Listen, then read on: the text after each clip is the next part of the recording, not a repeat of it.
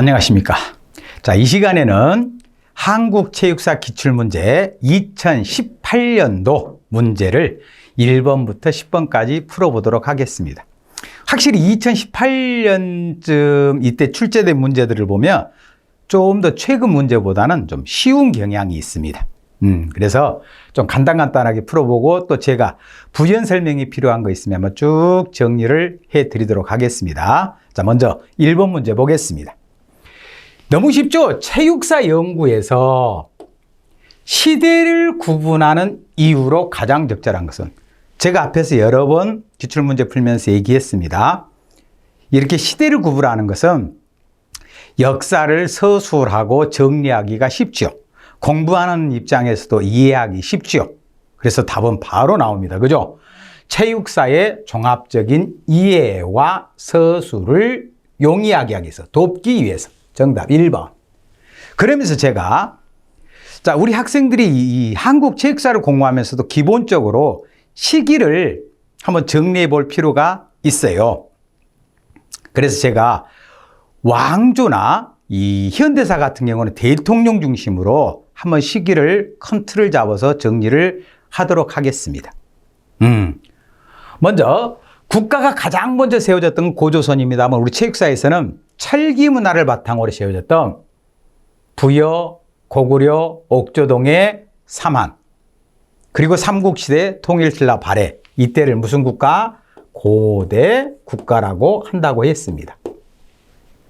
부족국가 삼국, 통일신라 발해를 남북국이라고 하죠. 자, 그리고 두 번째, 고려시대가 있죠. 이 고려시대를 우리는 무슨 시대라고 한다? 중세. 그리고 조선이 있는데 우리 한국사에서는 그런 용어를 많이 쓰지는 않습니다만은, 그건 좀 이따 제가 정리를 하고, 그리고 조선 중에서도 1894년 이후 갑오기역이죠. 갑오경자.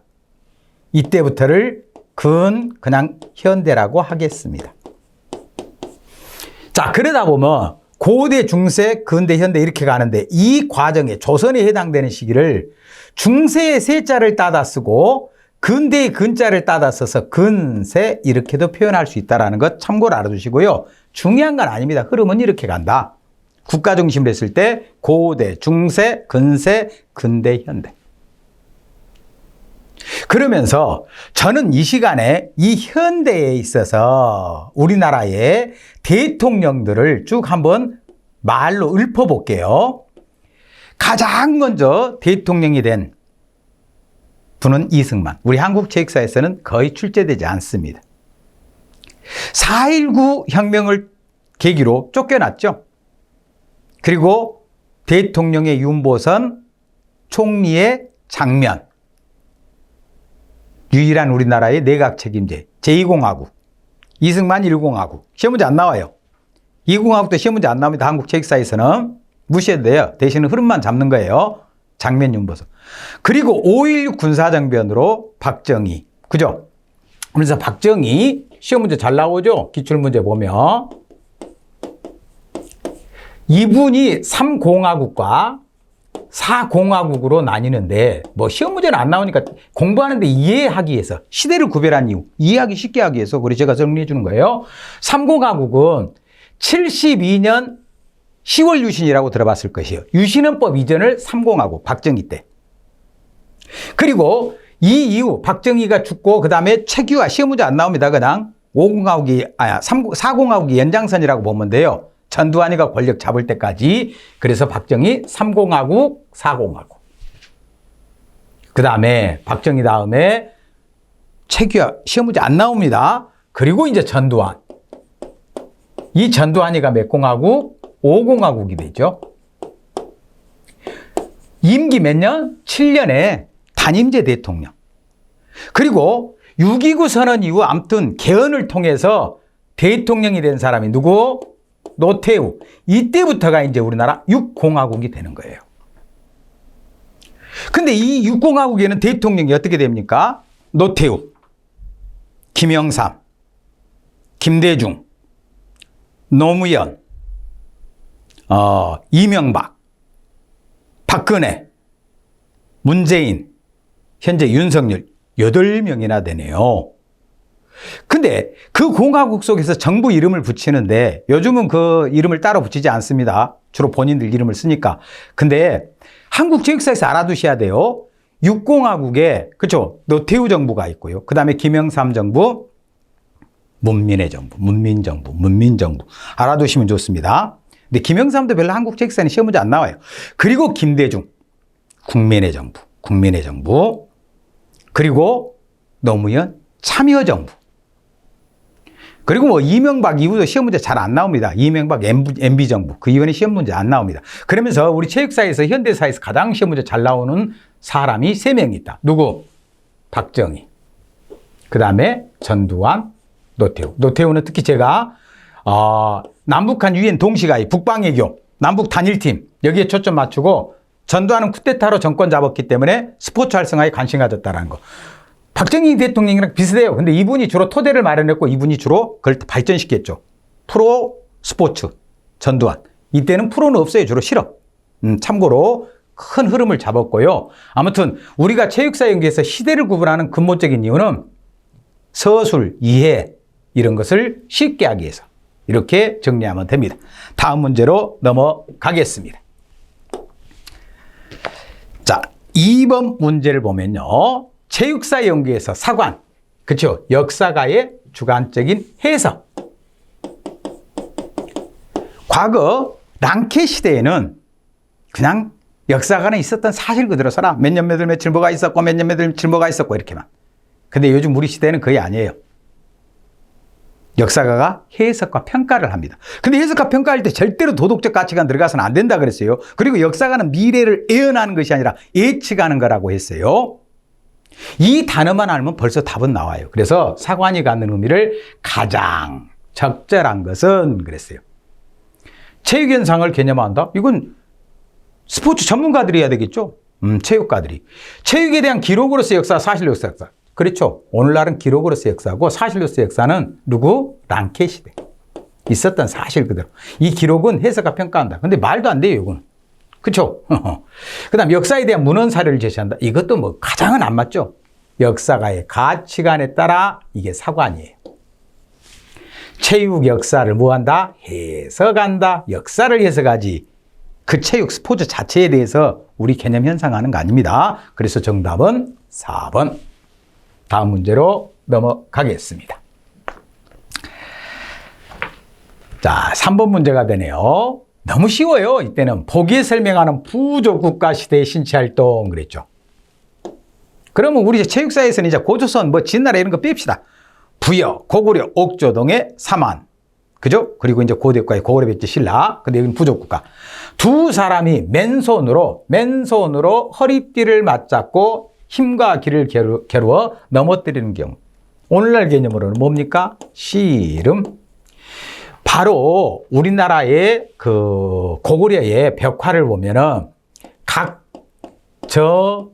각저총이라는 벽화가 있어요. 고등학교 교과서나 참고서에 나와 있기도 합니다. 두 사람이 이렇게 씨름을 하고 있는데 한 사람은 우리나라 외모예요. 근데 한 사람은 콧수염도 기르고 코도 넓적하고 중앙아시아 쪽. 그래서 이미 삼국시대, 물론 이보다는 좀 뒤입니다만 삼국시대에 국제씨름대회가 열렸다라고도 유추할 수 있는 거. 각저총. 씨름이죠. 국가 무형문화재 131호. 씨름. 너무 쉽죠. 씨름을 다른 말로 뭐라 한다? 각저, 각기, 강력, 상박. 뭐 이런 용어로 쓰죠. 그리고 정답이고요. 수박은 겨루기. 격검은 검자가 들어가니까 칼, 검술. 사예는 사자가 무슨 사자? 활쏘네요. 활, 검, 겨루기, 씨름. 정답은 2번. 확실히 쉬웠죠? 다음 문제로 넘어갑니다. 자, 4번. 보기에서 설명하는 화랑도 또 나오네요. 화랑은 화랑과 낭도의 합성어예요. 화랑은 주로 뭐예요? 왕족, 귀족, 그쵸? 왕족, 귀족들로 자재로 구성된 것입니다. 낭도는 육두품에서 평민까지. 화랑도에는 누구도 들어갔다? 평민. 그리고 무슨 사회 유습이다? 시족사회 청소년 단체에서 유리합니다. 계율은 뭐였다? 원강법사, 세소고개. 앞에서도 언급했죠? 법흥왕 때. 그리고 누가 국가 조직으로 체계화시켰다? 전성기 진흥왕 때. 뭣도 중시한다? 외모, 용모도 중시한다. 그러면 답도 금방 나와요. 기억. 신라 화랑은 명산 대천을 두루 돌아다니며 야외 활동 과정에 시와 음악을 비롯한 각지의 신체를 수련했다. 무슨 교육? 전인 교육이었어요. 바로 이것을 뭐라고 합니까? 편력. 정답 3번. 기마술은 말 타고 제주 부리는 거. 그죠? 궁술은 활 쏘는 거. 수렵은 사냥하는 거. 너무 쉬웠네요. 이때처럼 출제되면 좋겠죠? 그래서 정답 3번이고요. 다음 문제로 넘어가겠습니다. 자, 5번 문제. 삼국시대. 삼국이네요. 고구려 백제 신라. 민속놀이에 대한 설명을 옳은 것. 이것도 쉽죠? 저 보는 나무 막대기를 던져 승부를 겨루는 놀이다. 윷놀이 맞아요. 근데 우리 수험생들이 헷갈릴 수 있는 게 주사위. 이 주사위만 놓고 보면 약삭이에요. 약삭. 약삭 빠르다. 근데 왜 이걸 넣는지는 모르겠습니다만은 나무 막대기 처음엔 5개도 썼다고 합니다. 4개를 가지고 도, 개, 걸, 윷, 모 해서 하는 게임. 저포.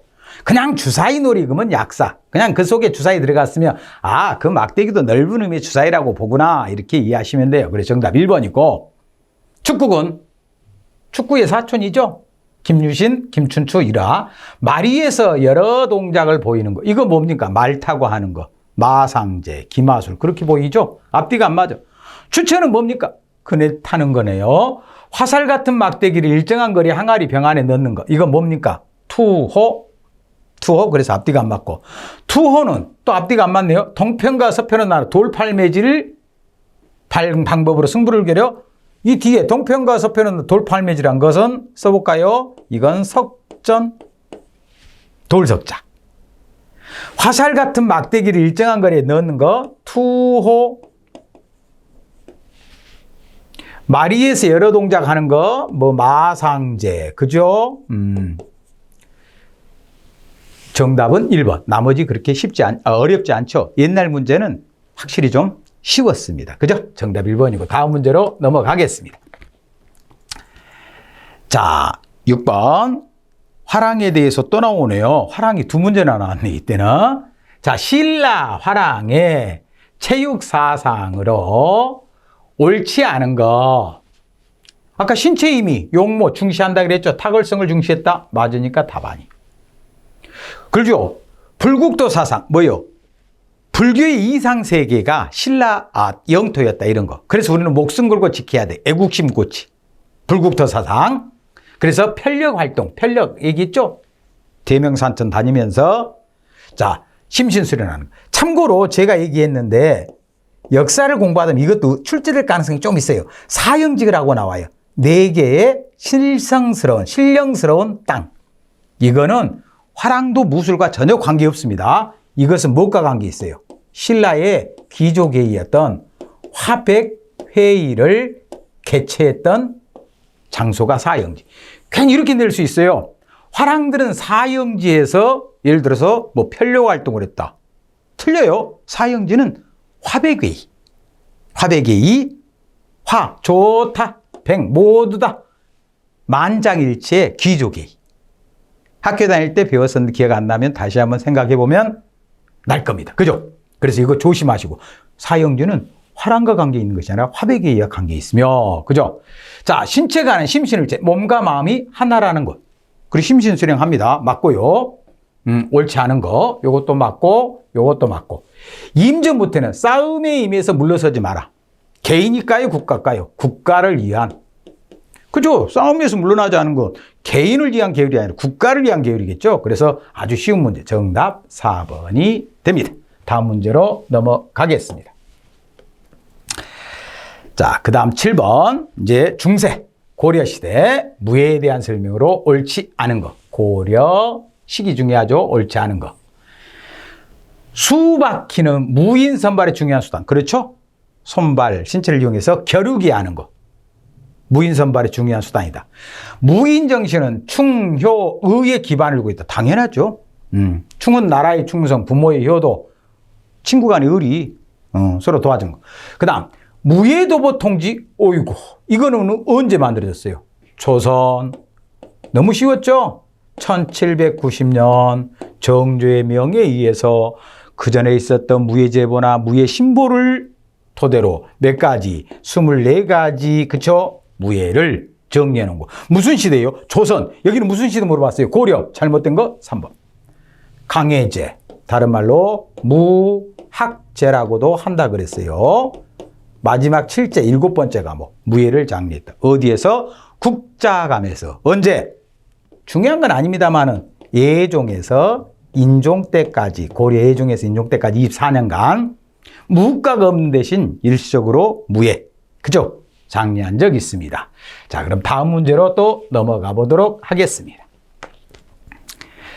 자, 8번 문제. 이것도 너무 쉬워요. 보기에서 무슨 시대? 고려 시대래요. 서민, 조건은 서민. 이 재료 자체가 지금도 그렇습니다. 좀 어떤 스포츠를 하는데 돈이 많이 들어간 건 서민보다는 좀 상류층이 즐기는 거. 과거의 골프라일지 이런 것처럼 바로 격구, 말이 있어야 돼요. 귀족적인 거죠. 그래서 귀족인지 서민인지 좀 구별하면 좋습니다. 중요한 문제는 아니었어요.